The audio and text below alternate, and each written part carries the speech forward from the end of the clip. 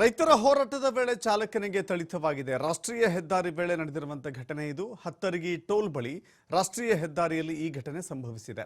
ಹೆದ್ದಾರಿ ಬಂದ್ ಮಾಡಿ ಮಹಿಳಾ ನಾಯಕಿಯಿಂದ ಭಾಷಣ ಮಾಡ್ತಾ ಇತ್ತು. ಈ ವೇಳೆ ಮೈಕ್ ಬಂದ್ ಮಾಡಿ ಸ್ಥಳದಿಂದ ಹೋಗುವಂತೆ ಸೂಚನೆಯನ್ನ ನೀಡಲಾಯಿತು. ಪೊಲೀಸರ ಸೂಚನೆಯನ್ನ ಪಾಲಿಸದಿದ್ದಕ್ಕೆ ವಾಹನ ಚಾಲಕನಿಗೆ ಥಳಿಸಲಾಗಿದೆ. ಹುಕ್ಕೇರಿ ಸರ್ಕಲ್ ಇನ್ಸ್ಪೆಕ್ಟರ್ ಸಿಪಿಐ ಥಳಿಸಿರುವಂಥ ಅಧಿಕಾರಿ, ರೈತರಿಗೆ ಥಳಿಸಿರುವಂಥ ಅಧಿಕಾರಿ. ಈ ವಿಚಾರದಲ್ಲಿ ರೈತರು ಮತ್ತಷ್ಟು ಕುಪಿತಗೊಳ್ಳಲಿಕ್ಕೆ ಇದು ಕಾರಣವಾಗ್ತಾ ಇದೆ.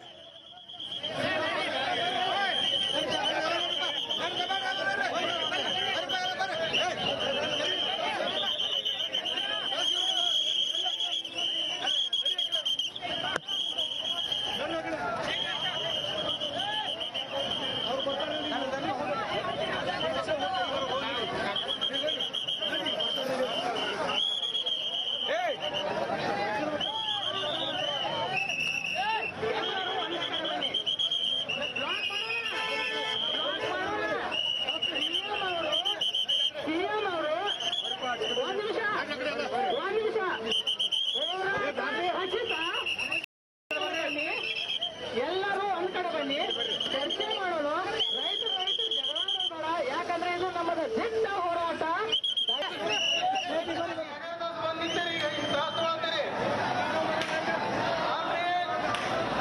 ನಮಗ್ ಬೇಕಾಗಿತ್ತು ಹೋರಾಟ ಮಾಡೋನು ತಗೋತಕ್ಕ ಮನೆಗೆ ಹೋಗುದು ಸಮಾಧಾನ ತಗೋರಿ. ಏನ್ ಒಂದ ಬಾ ಟೈಮ್ ಮೀರಿ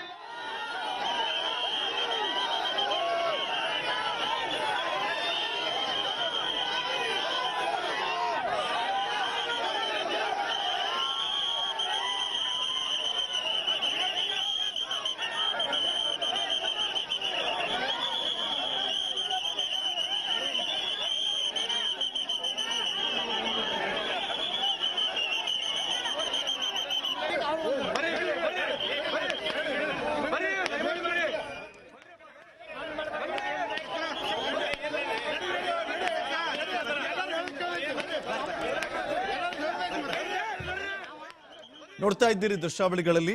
ಇದು ಹತ್ತರಗಿ ಟೋಲ್, ಇದು ಬೆಳಗಾವಿ ಜಿಲ್ಲೆಯ ಹತ್ತರಗಿ ಟೋಲ್ನಲ್ಲಿ ನಡೆದಿರುವಂಥ ಘಟನೆ. ರೈತರ ಹೋರಾಟದ ಸಂದರ್ಭದಲ್ಲಿ ಬಹಳ ತಾರಕಕ್ಕೇರ್ತಾ ಇತ್ತು.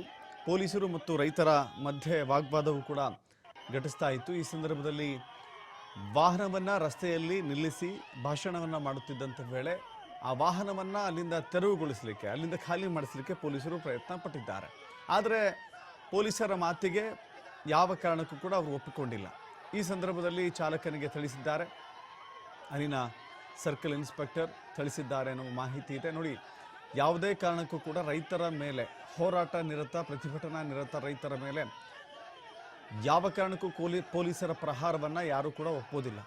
ಪ್ರಹಾರ ಮಾಡ್ತೀವಿ, ಲಾಠಿ ರುಚಿ ತೋರಿಸ್ತೀವಿ, ಅದರ ಮೂಲಕ ರೈತರ ಪ್ರತಿಭಟನೆಯನ್ನು ಹತ್ತಿಕ್ತೀವಿ ಅಂತ ಹೇಳಿದ್ರೆ ಅದು ಕನಸಿನ ಮಾತು.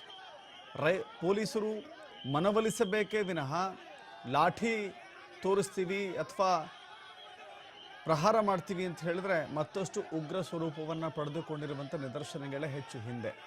ಸೊ ಹೀಗಾಗಿ ಮನವೊಲಿಸಿ ಅವರನ್ನು ಶಾಂತಿಗೊಳಿಸುವಂಥ ಪ್ರಯತ್ನ ಮಾಡಬೇಕೇ ವಿನಃ ಪೊಲೀಸರು ದರ್ಪ, ಪ್ರಹಾರ ಏನಾದರೂ ಮಾಡಲಿಕ್ಕೆ ಮುಂದಾದರೆ ಇನ್ನಷ್ಟು ವ್ಯತಿರಿಕ್ತವಾದಂಥ ತೀವ್ರ ಮಟ್ಟಕ್ಕೆ ಹೋಗುವಂಥ ಸಾಧ್ಯತೆಗಳೇ ಜಾಸ್ತಿ ಕಾಣಿಸುತ್ತೆ. ಮತ್ತಷ್ಟು ಮಾಹಿತಿಯನ್ನು ಅದೇ ಸ್ಥಳದಲ್ಲಿರುವಂಥ ನಮ್ಮ ಪ್ರತಿನಿಧಿ ಶ್ರೀಧರ್ ನೀಡ್ತಾರೆ.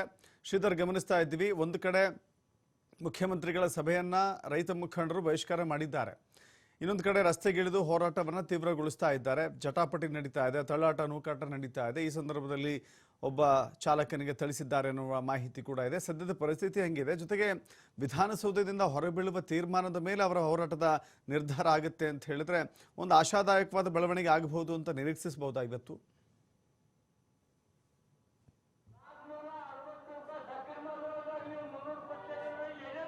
ದಶರಥ್, ಈಗ ಬೆಳಗಾವಿಯಲ್ಲಿ ರೈತರ ಹೋರಾಟ ಉಗ್ರ ಸ್ವರೂಪ ತಳೆದುಕೊಂಡಿದೆ ಅಂತ ಹೇಳ್ಬೋದು. ಈಗ ನಾವು ಪುನಾ ಬೆಂಗಳೂರು ರಾಷ್ಟ್ರೀಯ ಹೆದ್ದಾರಿಲಿದ್ದೇವೆ. ದಶರಥ್, ನಾನು ತೋರಿಸ್ತಾ ಇದ್ದೀನಿ, ಪುನಾ ಬೆಂಗಳೂರು ರಾಷ್ಟ್ರೀಯ ಹೆದ್ದಾರಿ ಪಕ್ಕದಲ್ಲಿರ್ತಕ್ಕಂಥ ಸರ್ವಿಸ್ ರಸ್ತೆಯಲ್ಲಿ ಈಗ ಏನು ನೂರಾರು ಸಂಖ್ಯೆಯಲ್ಲಿ ರೈತರು ಜಮಾವಣೆಗೊಂಡಿರ್ತಕ್ಕಂಥದ್ದು, ಏನು ಮುಖ್ಯಮಂತ್ರಿಗಳು ನಡೆಸಿರ್ತಕ್ಕಂಥ ಸಭೆ ಆದ ಬಳಿಕ ಸರ್ಕಾರ ತೆಗೆದುಕೊಳ್ಳುವಂಥ ತೀರ್ಮಾನ ಮತ್ತು ಸರ್ಕಾರ ದರ ಘೋಷಣೆ ಮಾಡುತ್ತಾ ಇಲ್ವಾ ಅನ್ನುವಂಥದ್ದಷ್ಟೇ ರೈತರು ಕಾಯ್ತಾ ಇದ್ದಾರೆ. ದರ ಘೋಷಣೆ ಮಾಡಿದರೆ ಇದೇ ರೈತರು ತಮ್ಮ ಹೋರಾಟಕ್ಕೆ ಜಯ ಆಯಿತು ಅಂತೇಳಿ ವಿಜಯೋತ್ಸವ ಮಾಡ್ತಾರೆ. ಒಂದು ವೇಳೆ ದರ ಘೋಷಣೆ ಆಗದಿದ್ರೆ ಆಗ ಈ ಎಲ್ಲ ರೈತರು ಕೂಡ ರಾಷ್ಟ್ರೀಯ ಹೆದ್ದಾರಿ ಮೇಲೆ ಬಂದು ಹೈವೇನ ಬಂದ್ ಮಾಡುವಂಥದ್ದು. ದಶರಥ್ ಯಾವ ರೀತಿ ಸಿದ್ಧರಾಗಿದ್ದಾರೆ ಅನ್ನೋದಕ್ಕೆ ರೈತರನ್ನು ತೋರಿಸ್ತಾ ಇದ್ದೀನಿ. ರಾಷ್ಟ್ರೀಯ ಹೆದ್ದಾರಿಯ ಏನು ಪಕ್ಕದಲ್ಲಿ ಒಂದು ಮಧ್ಯದಲ್ಲೇ ಒಂದು ಟ್ರ್ಯಾಕ್ಟರ್ಗಳನ್ನು ನಿಲ್ಲಿಸ್ಕೊಂಡು ನಿಂತಿರ್ತಕ್ಕಂಥದ್ದು. ಪೊಲೀಸರು ಎಷ್ಟೇ ಮನವಿ ಮಾಡಿದ್ರು ಕೂಡ ಆ ಟ್ರ್ಯಾಕ್ಟರ್ಗಳನ್ನು ರಾಷ್ಟ್ರೀಯ ಹೆದ್ದಾರಿಯಿಂದ ಬೇರೆ ಕಡೆಗೆ ಸಾಗಿಸಿಲ್ಲ, ಅಲ್ಲೇ ನಿಲ್ಲಿಸಿರ್ತಕ್ಕಂಥದ್ದು. ಜೊತೆಗೆ ಆ ಚಾಲಕರು ಕೂಡ ಒಂದು ಆ ಕೀಲಿಕಾಯನ್ನು ಕೂಡ ಏನು ಪೊಲೀಸರಿಗೆ ಕೊಡೋದಕ್ಕೆ ಕೇಳಿದ್ರು ಕೂಡ ಕೊಡಲಿಲ್ಲ. ಈಗ ರಾಷ್ಟ್ರೀಯ ಹೆದ್ದಾರಿ ಅಕ್ಕಪಕ್ಕದಲ್ಲೂ ಕೂಡ ಈಗ ಪೊಲೀಸರು ನಿಂತ್ಕೊಂಡಿದ್ದಾರೆ. ಯಾವುದೇ ಕ್ಷಣದಲ್ಲಿ ರೈತರು ಮತ್ತೆ ಹೈವೇ ಬಂದ್ ಮಾಡ್ಬೋದು ಅನ್ನೋ ಒಂದು ಆತಂಕ ಈಗ ಇರ್ತಕ್ಕಂಥದ್ದು. ಜೊತೆಗೆ ಈ ರಸ್ತೆ ಕೇವಲ ಟ್ರ್ಯಾಕ್ಟರ್ಗಳು ರಾಷ್ಟ್ರೀಯ ಹೆದ್ದಾರಿ ಮೇಲೆ ಅಷ್ಟೇ ಅಲ್ಲ, ದಶರಥ್ ಸರ್ವಿಸ್ ರಸ್ತೆ ಕೂಡ ಟ್ರ್ಯಾಕ್ಟರ್ಗಳು ಅನೇಕ ಈಗ ನಿಲ್ಲಿಸ್ಕೊಂಡು ನಿಂತಿದ್ದಾರೆ. ಜೊತೆಗೆ ರೈತರು ಈಗ ರಾಷ್ಟ್ರೀಯ ಹೆದ್ದಾರಿ ಪಕ್ಕದಲ್ಲಿರ್ತಕ್ಕಂಥ ಒಂದು ಸರ್ವಿಸ್ ರಸ್ತೆಯಲ್ಲಿ ಜಮಾವಣೆಗೊಂಡು ಈಗ ಏನು ಪ್ರತಿಭಟನೆ ಮುಂದುವರಿಸಿದ್ದಾರೆ. ಏನು ಸರ್ಕಾರದ ತೀರ್ಮಾನ ಏನಾಗುತ್ತೆ, ನಿರ್ಧಾರ ಏನಾಗುತ್ತೆ ಅದನ್ನು ಈಗ ರೈತರು ಒಂದು ಈಗ ಏನು ಅಬ್ಸರ್ವೇಷನ್ ಮಾಡ್ತಿರ್ತಕ್ಕಂಥದ್ದು. ಸರ್ಕಾರದಿಂದ ಏನು ತೀರ್ಮಾನ ಆಗುತ್ತೆ, ಜೊತೆಗೆ ಏನು ಪ್ರಮುಖವಾಗಿ ಬೆಳಗಾವಿ ಜಿಲ್ಲೆ ಮೂಡಲಗಿ ತಾಲೂಕಿನ ಗುರ್ಲಾಪುರ್ ಕ್ರಾಸ್ನಲ್ಲಿ ಏನು ರೈತ ಮುಖಂಡರು ಏನು ಹೋರಾಟಕ್ಕೆ ಕರೆ ಕೊಡ್ತಾರೋ ಆ ಹೋರಾಟದಂತೆ ರೈತರು ತಮ್ಮ ಹೋರಾಟವನ್ನು ಉಗ್ರಗೊಳಿಸಿದ್ದಾರೆ ಅಂತ ಹೇಳ್ಬೋದು. ಏಕಾಏಕಿ ಏನು ರಾಷ್ಟ್ರೀಯ ಹೆದ್ದಾರಿಗೆ ನುಗ್ಗಿ ಒಂದು ರಾಷ್ಟ್ರೀಯ ಹೆದ್ದಾರಿ ಬಂದ್ ಮಾಡುವ ಮೂಲಕ ಒಂದು ಸಂದೇಶವನ್ನು ರವಾನಿಸಿದ್ದಾರೆ. ನಾವು ಹೋರಾಟದಿಂದ ಯಾವುದೇ ಕಾರಣಕ್ಕೂ ಹಿಂದೆ ಸರಿಯಲ್ಲ, ಕಬ್ಬಿಗೆ ದರವನ್ನು ತೆಗೆದುಕೊಂಡೇ ಹೋಗ್ತೀವಿ. 3,200 ರೂಪಾಯಿ ಅಲ್ಲ, 3,500ರಿಂದ 400 ರೂಪಾಯಿವರೆಗೆ ದರ ತೆಗೆದುಕೊಂಡೇ ಹೋಗ್ತೀವಿ, ಹೊರತಾಗಿ ಯಾವುದೇ ಕಾರಣಕ್ಕೂ ಹೋರಾಟದ ಹಿಂದೆ ಸರಿಯಿಲ್ಲ ಅನ್ನೋಂಥ ಮಾತನ್ನು ಹೇಳ್ತಾ ಇದ್ದಾರೆ. ನಮ್ಮ ಜೊತೆಗೆ ರೈತ ಮುಖಂಡರಿದ್ದಾರೆ, ಅವರನ್ನು ಕೂಡ ಮಾತಾಡಿಸ್ತೀನಿ. ದಶರಥ, ಹೆಂಗ್ ನಡೀತ್ರಿ ಹೋರಾಟ? ಹೋರಾಟ ಫುಲ್ ತಿಂಡಿಲೇ ಐತ್ರಿ. ಮತ್ತೆ ಇವ್ರು ಮಾಡ್ತಕ ಅದೇನು ಹೋರಾಟ ನಿಲ್ಲುದಿಲ್ರಿ. ಇದೆಲ್ಲ ಬಿಲ್ ಡಿಕ್ಲೇರ್ ಮಾಡ್ತಕ ಹೋರಾಟ ಏನು ನಿಲ್ಲುದಿಲ್ರಿ. ಮಾಡ್ಲಿಲ್ಲ ಅಂದ್ರೆ ಫುಲ್ ಎಲ್ಲ ಬಂದ್ ಆಗೋದ್ರಿ. ಹವೆ ಬಂದ್ ಪೂರಾ ಹವೆ ಬಂದ್ ಮಾಡೋರು. ಅಲ್ಲಿ ಬರ ಹೇಳವಲ್ಲ. ಇದು ದಶರಥ ನಾನು ತೋರಿಸ್ತಾ ಇದ್ದೀನಿ. ರೈತರಿಗೆ ರಾಷ್ಟ್ರೀಯ ಹೆದ್ದಾರಿ ಪಕ್ಕದಲ್ಲಿ ಒಂದು ಜಮಾವಣೆಗೊಂಡು ಪ್ರತಿಭಟನೆ ನಡೆಸಿದೆ. ಜೊತೆಗೆ ರೈತರನ್ನ ಪೊಲೀಸರು ಕೂಡ ಸುತ್ತುವರೆದಿರ್ತಕ್ಕಂಥದ್ದು. ಪೊಲೀಸರಿಗಿಂತ ಹೆಚ್ಚಿನ ಸಂಖ್ಯೆಯಲ್ಲಿ ರೈತರು ಜಮಾವಣೆಗೊಳ್ತಾ ಇದ್ದಾರೆ. ಹೊತ್ತು ಹೋದಂತೆ ರೈತರ ಸಂಖ್ಯೆ ಹೆಚ್ಚಾಗ್ತಾ ಇದೆ. ಇದು ಒಂದು ವೇಳೆ ಏನಾದರೂ ಸರ್ಕಾರದಿಂದ ಒಂದು ತಾರ್ಕಿಕ ಅಂತ್ಯ ಆಗದಿದ್ರೆ ಹೋರಾಟಕ್ಕೆ, ಆಗ ಈ ಒಂದು ಹೋರಾಟ ತೀವ್ರಗೊಳ್ಳಲಿದೆ. ನಾನು ನಿಮ್ಗೆ ತೋರಿಸ್ತಾ ಇದ್ದೀನಿ ದಶರಥ ಯಾವ ರೀತಿ ಒಂದು ರೈತರನ್ನು ಪ್ರತಿಭಟನೆ ಮಾಡ್ತಿರ್ತಕ್ಕಂಥ ದೃಶ್ಯವನ್ನು ತೋರಿಸ್ತಾ ಇದ್ದೀನಿ. ಏನು ಪ್ರಮುಖವಾಗಿ ಇಲ್ಲಿ ದಶರಥ ನಾನು ತೋರಿಸ್ತಾ ಇದ್ದೀನಿ. ಈ ಒಂದು ರೈತರ ಹೋರಾಟ ಮುಂದುವರೆದಿದೆ. ಜೊತೆಗೆ ರೈತ ಮುಖಂಡನನ್ನು ಕೂಡ ಇಲ್ಲಿ ಏನು ಪ್ರತಿಭಟನಾಕಾರರು ಹೊತ್ತು ಈಗ ಏನು ಮೆರವಣಿಗೆ ಮಾಡ್ತಿದ್ರೆ ದೃಶ್ಯಗಳಿವು. ಒಟ್ಟಿನಲ್ಲಿ ಪುನಃ ಬೆಂಗಳೂರು ರಾಷ್ಟ್ರೀಯ ಹೆದ್ದಾರಿ ರೈತರ ಹೋರಾಟ ತೀವ್ರಗೊಂಡಿರ್ತಕ್ಕಂಥದ್ದು. ರೈತ ಮುಖಂಡರಿಗೂ ಕೂಡ ಒಂದು ಅವರ ಕಂಟ್ರೋಲ್ಗೂ ಕೂಡ ರೈತರು ಏನು ಪ್ರತಿಭಟನೆ ಮಾಡ್ತಿರ್ತಕ್ಕಂಥ ರೈತರು ಅವ್ರ ಕಂಟ್ರೋಲ್ ಕೂಡ ಬರ್ತಾ ಇಲ್ಲ. ರೈತ ಮುಖಂಡರು ಎಷ್ಟೇ ಮನವಿ ಮಾಡಿದ್ರು ಕೂಡ ರೈತರು ಕೇಳ್ತಾ ಇಲ್ಲ. ರೈತರು ತಮ್ಮ ಹಕ್ಕು ಏನಿದೆ ಪ್ರತಿ ಟನ್ಗೆ ಸಿಗಬೇಕಾದಂಥ ದರವನ್ನು ಘೋಷಣೆ ಮಾಡಲೇಬೇಕು. ಸರ್ಕಾರ ದರ ಘೋಷಣೆ ಮಾಡದಿದ್ರೆ ನಮ್ಮ ಹೋರಾಟ ಉಗ್ರ ಸ್ವರೂಪ ತಾಳುತ್ತೆ. ಗುರ್ಲಾಪುರ್ ಕ್ರಾಸ್ ಅಷ್ಟೇ ಅಲ್ಲ, ಪುನಃ ಬೆಂಗಳೂರು ರಾಷ್ಟ್ರೀಯ ಹೆದ್ದಾರಿಯನ್ನು ಕೂಡ ಬಂದ್ ಮಾಡ್ತೇವೆ.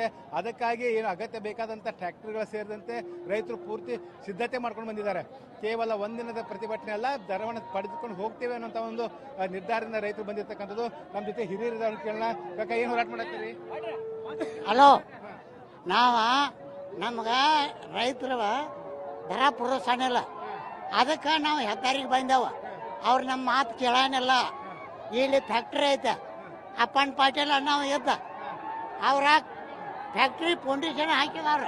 ಈಗ ನನಗೆ ತೋರಿಸ್ತಾ ಇದ್ದೀನಿ ರೈತರು ಈಗ ಮತ್ತೆ ರಾಷ್ಟ್ರೀಯ ಹೆದ್ದಾರಿಗೆ ನುಗ್ತಿರ್ತಕ್ಕಂಥ ದೃಶ್ಯ ತೋರಿಸ್ತಾ ಇದ್ದೀನಿ. ದಶರಥ್, ಈಗ ರೈತರು ತಮ್ಮ ಹೋರಾಟ ಏನಿದೆ ಈಗ ರಾಷ್ಟ್ರೀಯ ಹೆದ್ದಾರಿಗೆ ಶಿಫ್ಟ್ ಮಾಡಿರ್ತಕ್ಕಂಥದ್ದು. ಯಾವುದೇ ಕಾರಣಕ್ಕೂ ಒಂದು ಹೋರಾಟಗಾರರಲ್ಲಿ ಒಂದು ತಾಳ್ಮೆ ಇಲ್ಲ ಅಂತ ಹೇಳ್ಬೋದು.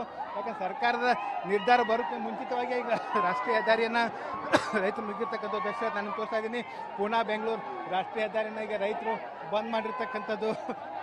ದಶರಥ್, ಬೆಳಗಾವಿಯ ಏನು ಹುಕ್ಕೇರಿ ತಾಲೂಕಿನ ಏನು ಹತ್ತರ್ಗಿ ಟೋಲ್ ಬಳಿ ಇರ್ತಕ್ಕಂಥ ರಾಷ್ಟ್ರೀಯ ಹೆದ್ದಾರಿಯನ್ನು ಈಗ ಮತ್ತೊಮ್ಮೆ ರೈತರು ಬಂದ್ ಮಾಡಿದ್ದಾರೆ.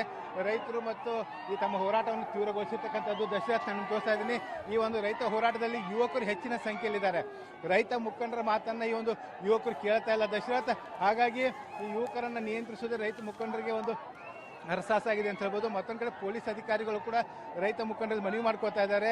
ಸರ್ಕಾರದ ಜೊತೆ ಮಾತುಕತೆ ನಡೀತಾ ಇದೆ. ಸರ್ಕಾರಕ್ಕೆ 2 ದಿನ ಗಡುವನ್ನು ಕೊಡಲಾಗಿದೆ. ಗುರ್ಲಾಪುರ್ ಕ್ರಾಸ್ನ ಹೋರಾಟಗಾರರ ಗಡುವನ್ನು ಕೊಡಲಾಗಿದೆ. ನಾಳೆ ಸಂಜೆವರೆಗೆ ಸರ್ಕಾರ ಒಂದು ನಿರ್ಧಾರ ತೆಗೆದುಕೊಳ್ಳುತ್ತೆ. ಅಷ್ಟರೊಳಗೆ ಯಾವುದೇ ರೀತಿಯ ತಾಳ್ಮೆಯನ್ನು ಕಳೆದುಕೊಳ್ಬೇಡಿ ಅನ್ನೋಂಥ ಮನವಿಯನ್ನು ಕೂಡ ಪೊಲೀಸರು ಮತ್ತು ರೈತ ಮುಖಂಡರು ಮಾಡಿದ್ರು ಕೂಡ ಏನು ರೈತ ಹೋರಾಟದಲ್ಲಿ ಇರ್ತಕ್ಕಂಥ ಯುವಕರು ಏನಿದ್ದಾರೆ ಅವರು ಯಾವುದೇ ಕಾರಣಕ್ಕೂ ಈ ಒಂದು ರೈತರ ಒಂದು ಮನವಿಯನ್ನು ಆಲಿಸ್ತಾರೆ. ನಾನು ತೋರಿಸ್ತಾ ಇದ್ದೀನಿ ದಶರಥ್ ಯಾವ ರೀತಿ ರಾಷ್ಟ್ರೀಯ ಹೆದ್ದಾರಿ ಮೇಲೆ ಹೋಗಿ ಕುಳಿತುಕೊಂಡು ಈಗ ಪ್ರತಿಭಟನೆ ಮಾಡುವಂಥದ್ದು. ಕಳೆದ 2 ಗಂಟೆಯಲ್ಲಿ ಇದು 2ನೇ ಬಾರಿ ಈ ರೀತಿ ರಾಷ್ಟ್ರೀಯ ಹೆದ್ದಾರಿಗೆ ನುಗ್ಗಿ ಏಕಾಏಕಿ ಹೆದ್ದಾರಿನ ಬಂದ್ ಮಾಡುವಂಥ ಕೆಲಸವನ್ನು ಮಾಡಿದ್ದಾರೆ. ಒಟ್ಟಿನಲ್ಲಿ ಬೆಳಗಾವಿ ಜಿಲ್ಲೆಯಲ್ಲೂ ಕಬ್ಬು ಬೆಳೆಗಾರರ ಹೋರಾಟ ತೀವ್ರ ಸ್ವರೂಪ ಪಡೆದುಕೊಂಡಿದೆ. ಒಂದು ಕಡೆ ಏನು ಗುರ್ಲಾಪುರ್ ಕ್ರಾಸ್ ಬಳಿ ಒಂದು ರಾಷ್ಟ್ರೀಯ ಹೆದ್ದಾರಿ ಬಂದ್ ಮಾಡಿರ್ತಕ್ಕಂಥ ರಾಷ್ಟ್ರೀಯ ಹೆದ್ದಾರಿ ಮೇಲೆ ಇರ್ತಕ್ಕಂಥ ವಾಹನಗಳು ಏನು ಮರಳಿ ವಾಪಸ್ ಹೋಗ್ತಿರ್ತಕ್ಕಂಥ ದೃಶ್ಯಗಳನ್ನು ತೋರಿಸ್ತಾ ಇದ್ದೀನಿ ದಶರಥ. ಇಡೀ ಸಂಪೂರ್ಣವಾಗಿ ಎರಡೂ ಬದಿಯಲ್ಲಿ ಸಂಪೂರ್ಣವಾಗಿ ವಾಹನಗಳು ಈಗ ಸಾಲುಗಟ್ಟಿ ನಿಂತಿರ್ತಕ್ಕಂಥದ್ದು.